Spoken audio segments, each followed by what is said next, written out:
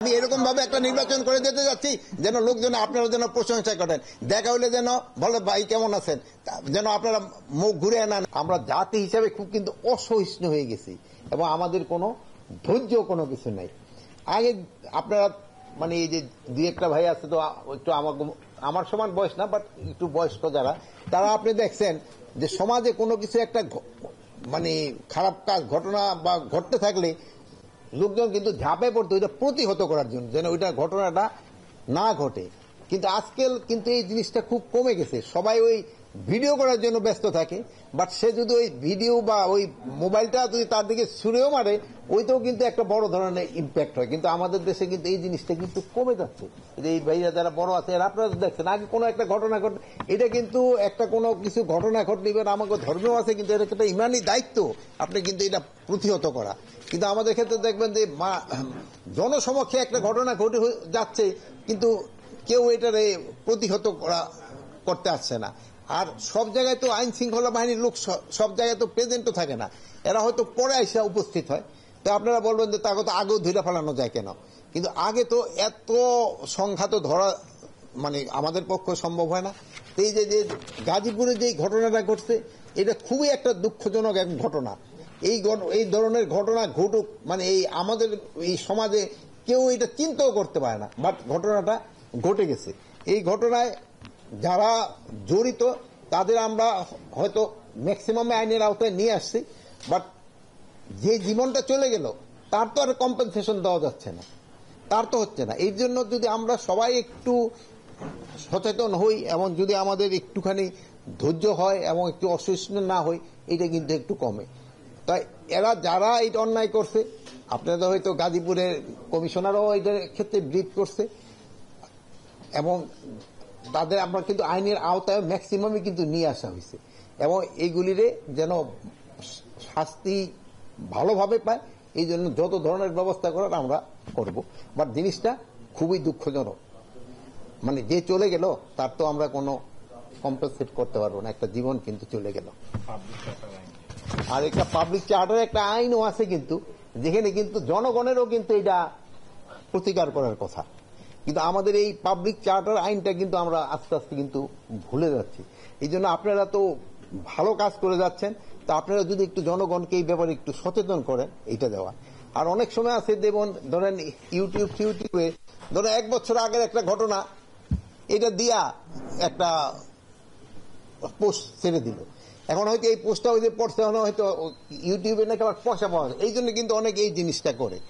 কিন্তু আবার ধরেন যে শেরপুরের যে ঘটনাটা হচ্ছে, এটা কিন্তু আবার রিসেন্ট ঘটনা, মানে স্বামী স্ত্রীরে করতে যাচ্ছে, এখানে আবার নাতিনেরও ছবি ভিডিও করতে। আরে নাতি তুই তো তোর নানির আগে বাঁচাইতে যাবি, ওটা না যায় সে ভিডিও করলে সে হয়তো পয়সা রোজগার করার জন্য করছে। তো এইটা দেখেন যে আমাদের যে সমাজের অবক্ষয়টা কত জায়গায়, তার নানা নানিরে মেরে ফেলতে যাচ্ছে, কিন্তু নাতির কোনো বিকার নাই, সে হলো তার পয়সা রোজগার করার জন্য সে ব্যস্ত, যে এটা ইউটিউবে ছাড়বো, এটা করে ছাড়বো। এইটার জন্য যে আমরা এখন কি করবো, এটা আমার সমাজ বিজ্ঞান এরা যেহেতু ভালো বলতে পারবে যে এটার জন্য আমাদের কি করা উচিত। বাট আমাদের কিন্তু এই যেহেতু বাচ্চাদের এইগুলি সম্বন্ধে আমাকে কিন্তু ট্রেনিং দেওয়া দরকার, যে বাবা এই সবগুলি না করে তোমরা এটার প্রতিহত না। যদি সে নানারা যদি ওই নাতিরা যদি একটু চিল্লাইতো, এই তুমি নানির এরকম, কিন্তু আমাদের বাংলাদেশে এরকম কোন বাড়ি নাই যেটা একেবারে আওয়াজ করলে শোনা না যায়, সব জায়গায় থাকে। এইগুলির দিকে একটু খেয়াল রাখতে হবে আর কি। এইগুলি মানে অস্ত্র, মানে এগুলি কিন্তু কি বলে, এইগুলি দেশি অস্ত্র, এগুলি দেশি অস্ত্র, এগুলি ক্ষেত্রেও আপনাদের একটু হইতে হবে। ধরুন যে যারা বানাচ্ছে এই অস্ত্রগুলি, তাদের একটু কেয়ারফুল হইতে হবে। এখন কিন্তু যারা বানাচ্ছে আমরা তাদেরও নিয়ে আসতেছি, তারা জানে এই অস্ত্রগুলি কারা ব্যবহার করে, এইগুলি ক্ষেত্রে এই যে কারা ব্যবহার করে। এখন যারা এটা করছে এগুলি আমরা তাদের আইনের আওতায় নিয়ে আসতেছি। আর আপনি যেহেতু এই প্রশ্নটা উঠেছেন, আরেকটা প্রশ্ন তো ওই হয়ে গেছে যে আমরা এই আমাদের যে হাতিয়ারগুলি হারাই গেছে, এইগুলির উদ্ধারের জন্য আমরা একটা সার্কুলার দিচ্ছি এবং আমরা একটা প্রাইজও ডিক্লেয়ার করতেছি, যে ইনফরমেশনটা দিতে পারবে তারা আমরা একটা কত টাকা দিতে পারি, ওরকম একটা নিজেদের ভিতরে আমরা একটা কমিটি করে আমরা হয়তো 2-4 দিনের ভিতরে হয়তো মিডিয়ায় দিয়ে দিব।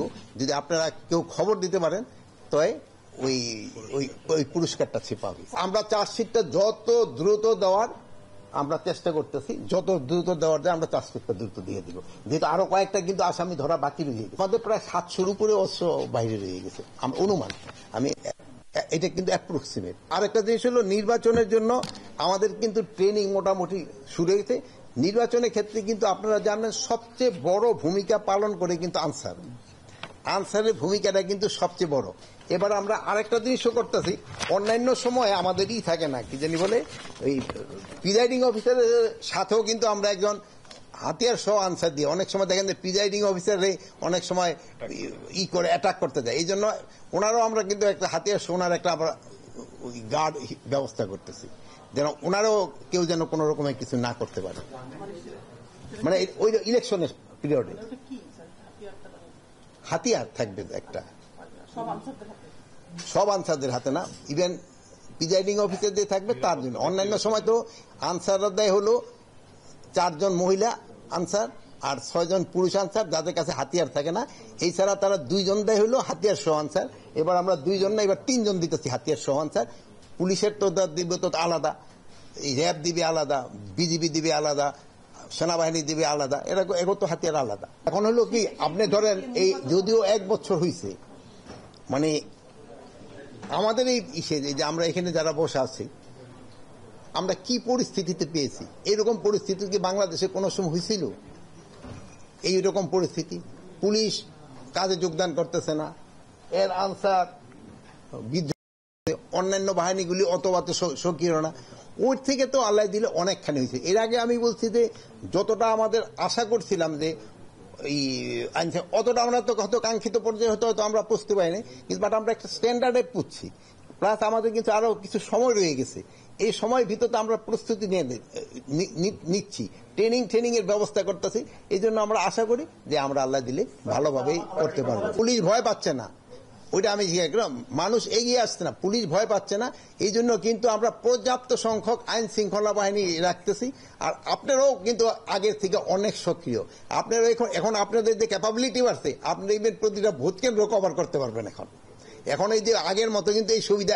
আরেকটা জিনিস হলো ওই যে মোবাইল ফোর্সগুলির কিন্তু বেড়ে গেছে, যেমন রাস্তাঘাটের কিন্তু আগে যেই জায়গায় পৌঁছতে পারতেন ওই জায়গায় কিন্তু পৌঁছতে পারবে, এই জন্য এই কতটা একটা প্লাস আমরা একটা বডি ক্যামেরা যেটা আমরা ক্রয় করে দিচ্ছি, কোন কেন্দ্রে কি ধরনের ঘটনা ঘটছে আপনি সেন্ট্রাল থেকে আপনার এদেরও মনে হয় এটার অ্যাক্সেস দেওয়া হবে, আপনারাও কিন্তু দেখতে পারবেন, ডিস্ট্রিক্টে দেওয়া হবে, আপনাকে ডিস্ট্রিক্টে যারা প্রতিদিন যারা এরা নিজেরও করতে পারবে, যদি কোনো কেন্দ্রে কোন ধরনের এরকম হইতে থাকে ওটা ইভেন সিস্টেমটা এরকম হবে, মানে আমি হয়তো ডিটেল আপনাদের বলতে পারতেছি না, যে ওখান থেকে সিগন্যাল চলে আসবে। নির্বাচনে শোনেন, নিরাপত্তা আমাদের কোনো অরাজকতা হবে না, বাট নির্বাচনটা হলো সুষ্ঠু এবং সবভাবে হওয়ার জন্য কিন্তু শুধু আইন শৃঙ্খলা বাহিনী তো না, এটার ক্ষেত্রে মেইন ভূমিকা পালন করে যারা নির্বাচনে অংশগ্রহণ করবেন, যারা নির্বাচনে অংশগ্রহণ করবেন তাদের তারা নির্বাচনটা কিভাবে চাচ্ছে, এটা কিন্তু তাদের একটা বড় ধরনের।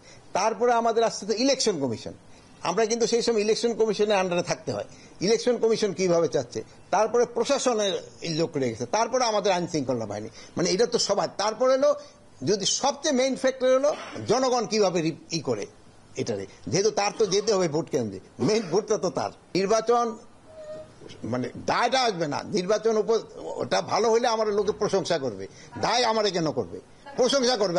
আমি এরকম ভাবে একটা নির্বাচন করে দিতে যাচ্ছি যেন লোকজন আপনারা যেন প্রশংসা করেন, দেখা হইলে যেন বলে ভাই কেমন আছেন, যেন আপনারা মুখ ঘুরে না নেন, এইটাই আমি চাচ্ছি। এই জন্য তো আমি সুষ্ঠু না হলে আপনাকে সহ একসাথে কাঠগড়ায় দাঁড়াবো। বাজেট তো ইলেকশন কমিশন থেকে দিবে, নির্বাচনের জন্য বাজেট কিন্তু স্বরাষ্ট্র মন্ত্রণালয় দেয় না, ফিনান্স দিবে ইলেকশন কমিশনে, আর ইলেকশন কমিশন এই খরচটার জন্য আমাদের কিছু টাকা দিবে। আরেকটা জিনিস হলো আপনাকে আরেকটা খবর জানাই যে বর্ডার গার্ডের যে ইন্ডিয়ান যে বর্ডার গার্ড ডিজি ওনার এখানে একটা ভিজিট আছে, মানে ওই যে আমাদের যে নর্মালি হয় ওনার হলো 25 থেকে 28 আগস্ট উনি আবার আসতে আছে, যেহেতু আমাকে প্রতি 6 মাস পর যে হয় এটা তাদের ওই বিভিন্ন ওই আলাপ করার জন্য। এটা কোনো নির্বাচনের জন্য না, নির্বাচন যেন ভালোভাবে হয় এই জন্য সবাই চেষ্টা করবো। আপনাকে অনুরোধ করবো আপনারাও ভালোভাবে কভার দিবেন, তা নির্বাচনটা খুব ভালো হবে। এটা সবাই সহজে, মেইন তো জনগণের জন্য সহজ।